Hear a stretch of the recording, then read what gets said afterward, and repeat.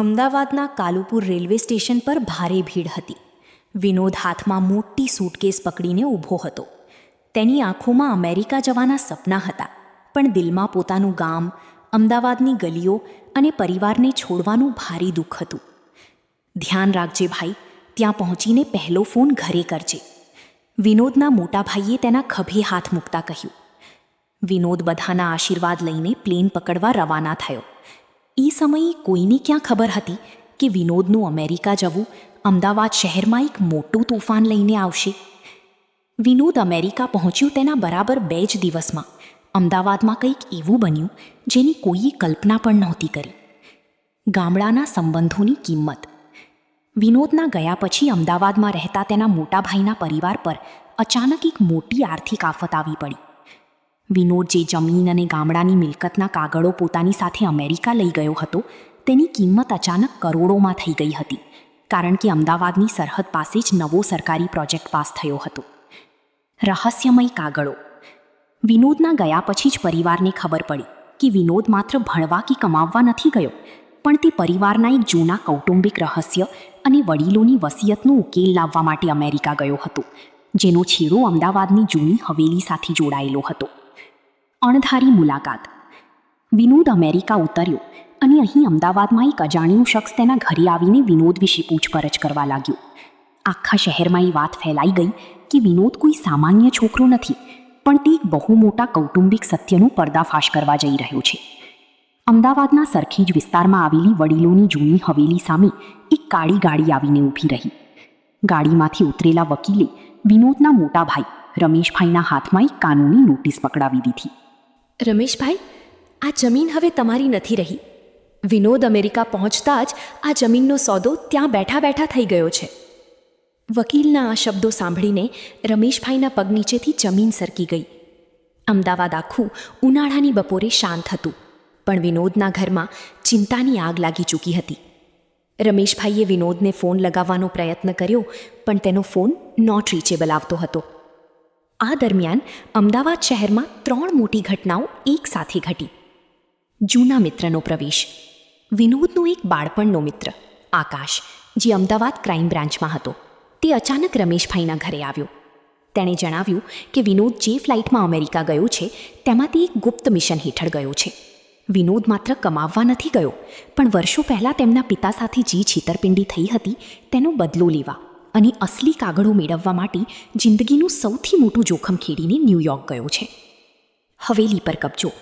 અમદાવાદની એક કિંમતી જમીન હડપ કરવા માંગતા સ્થાનિક બિલ્ડરોએ હવેલી પર દબાણ લાવવાનું શરૂ કર્યું, પણ વિનોદે અમેરિકાથી એક એવો ઈમેલ મોકલ્યો જેણે આખા અમદાવાદના રિયલ એસ્ટેટ માર્કેટમાં સનસનાટી મચાવી દીધી.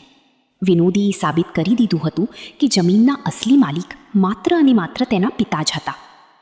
કાલુપુર સ્ટેશનની એ રાત.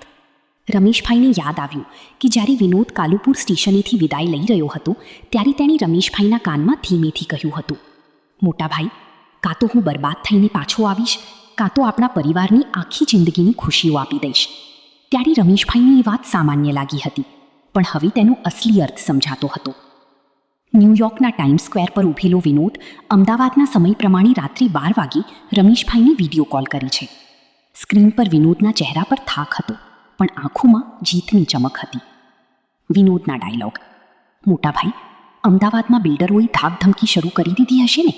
એમને કહી દેજો કે વિનોદ ભલે 7 સમંદર પાર છે, પણ વડીલોની આબરૂનો સોદો કરવા નથી ગયો.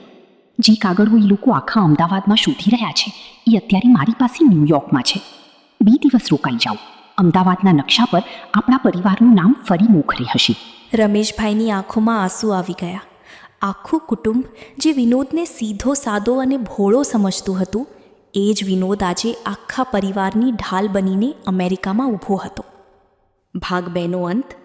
વિનોદ ફોન મૂકે છે અને બરાબર એ જ સમયે અમદાવાદમાં તેમની હવેલીની બહાર પોલીસ પ્રોટેક્શન આવી પહોંચી છે. પણ સવાલ એ હતો કે શું વિનોદ અમેરિકાથી એ અસલી કાગળો સહી સલામત ભારત મોકલી શકશે? કારણ કે અમદાવાદના એ કપટી બિલ્ડરોએ હવે વિનોદને અમેરિકામાં જ રોકવાનો પ્લાન ઘડી કાઢ્યો હતો. અમેરિકામાં ન્યૂયોર્કની કડકતી ઠંડી હતી અને અહીં અમદાવાદમાં મે મહિનાનો બપોરનો અસહ્ય તાપ હતો. પણ રમેશભાઈના ઘરની અંદરનો માહોલ એ તાપ કરતાંય વધુ ગરમ હતો. અમદાવાદના એક કપટી બિલ્ડરે ન્યૂયોર્કમાં પોતાના માણસોને એક્ટિવ કરી દીધા હતા. તેમનું એક જ પ્લાન હતો, વિનોદ એ અસલી કાગળો વકીલ સુધી પહોંચાડે એ પહેલાં જ કાં તો કાગળો ઝૂંટવી લેવા, કાં વિનોદને હંમેશા માટે શાંત કરી દેવો. વિનોદ ન્યૂયોર્કની એક અવાવરૂ ગલીમાં દોડી રહ્યો હતો. તેની પાછળ 2 અજાણ્યા માણસો પડ્યા હતા. વિનોદના હાથમાં એ જૂની થેલી હતી, જેમાં વડીલોની વસિયત અને જમીનના અસલી દસ્તાવેજો હતા. દોડતા દોડતા વિનોદે અમદાવાદ ક્રાઇમ બ્રાન્ચમાં રહેલા તેના મિત્ર આકાશને ઇન્ટરનેશનલ કોલ કર્યો. વિનોદ હાંફતા અવાજે, આકાશ, એ લોકો મારી પાછળ છે. જો મને કંઈ થઈ ગયું તો એ કાગળો ક્યારેય ભારત નહીં પહોંચે અને આપણી હવેલી એ બિલ્ડરોના હાથમાં ચાલી જશે. આકાશ સામેથી મક્કમ અવાજે, વિનોદ, તું હિંમત ના હારતો. બસ આગલી ગલીના નાકે પહોંચ. ત્યાં તને ઇન્ડિયન એમ્બેસી, ભારતીય દૂતાવાસની ગાડી મળશે. મેં અહીંથી ઓફિશિયલ વાત કરી લીધી છે. તારી બસ એ ગાડી સુધી સુરક્ષિત પહોંચવાનું છે. જેવો વિનોદ ગલીની બહાર નીકળ્યો, પેલા ગુંડાઓએ તેને ઘેરી લીધો.